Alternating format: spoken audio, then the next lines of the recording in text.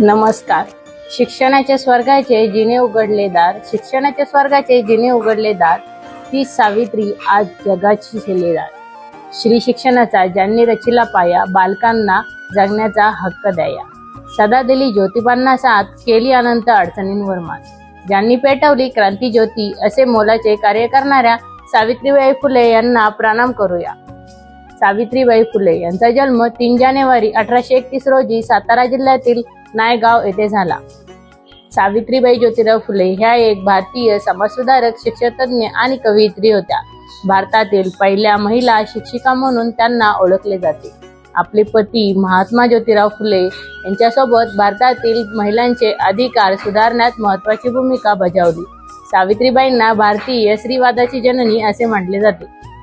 महाराष्ट्राच्या सामाजिक सुधारणा चळवळीतील एक महत्त्वाची व्यक्ती म्हणून सावित्रीबाई फुले ओळखल्या जातात. जात, लिंगावर आधारित भेदभाव आणि अन्यायकारक जगातून नाहीशी करण्यासाठी त्यांनी काम केले. सावित्रीबाई त्यांचे पती हे भारतातील स्त्री शिक्षणाचे प्रणेते आहेत. त्या एक लेखिका देखील होत्या. त्यांनी मराठी भाषेत विपुल लेखन केले आहे. समाजाला जिने दिली ज्ञानाची सावली, धन्य ती क्रांती ज्योती सावित्री माऊली. समाजाला जिने दिली ज्ञानाची सावली, धन्य ती क्रांती ज्योती सावित्री माऊली.